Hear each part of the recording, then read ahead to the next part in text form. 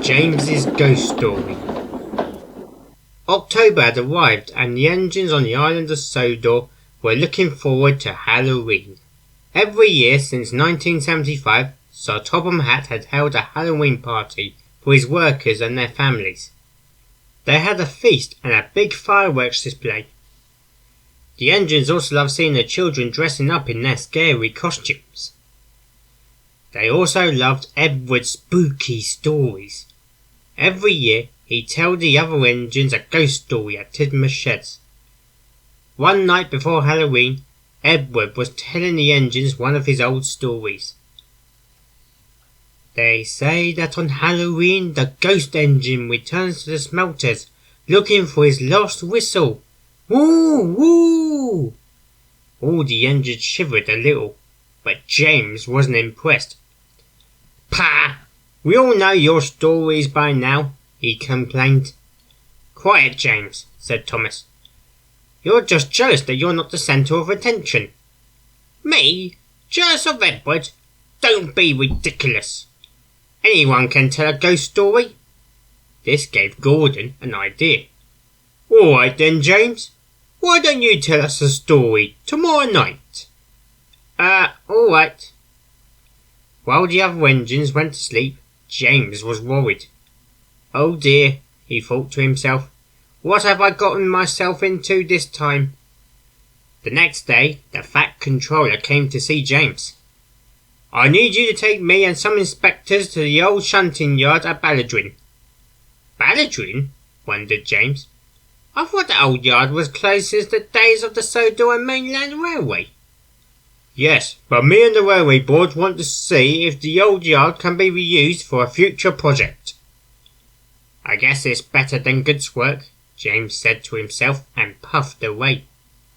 He cobbled up to a works unit coach and a brake van, and after the Fat Controller and the inspectors climbed aboard, James set off to Balladrin.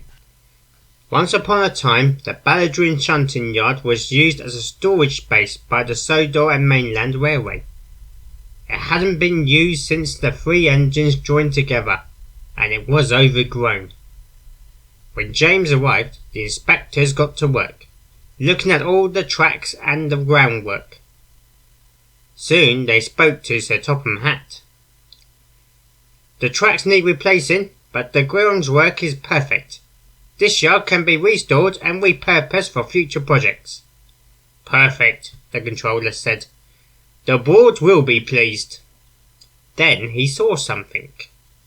It was an old siding that seemed to disappear into the trees. What's down there? He asked. We're not sure, replied one of the inspectors. We believe they originally had plans to extend the yard, but they ran out of money. These tracks don't lead anywhere. James looked around too. He then saw an old rusted steam engine in the trees.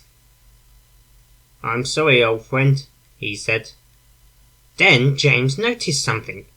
The steam engine had half the boiler cut open and half his boiler tubes removed. What happened to him? Asked James.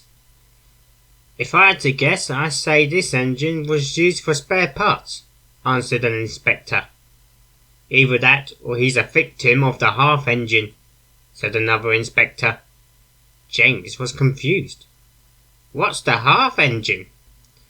While the Fat Controller and the inspectors finished their final tests, an inspector told James the local legend.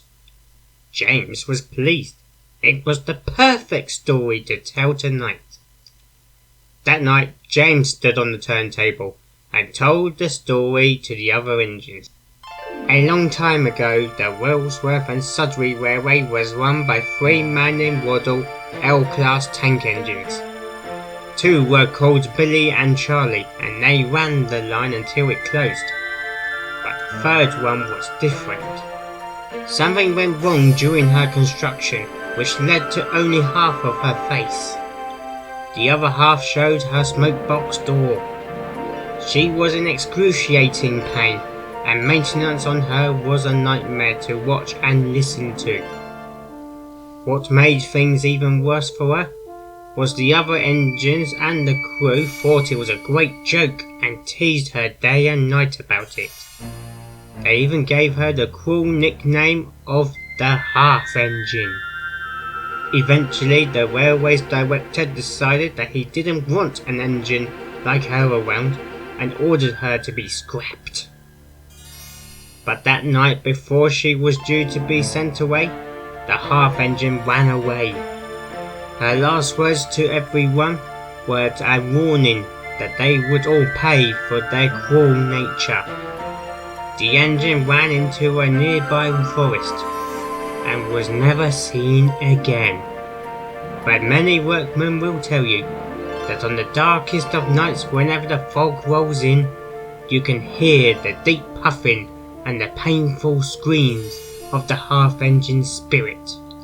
They say she's looking for cruel, unfriendly engines, and if she finds one, she'll take half of your parts.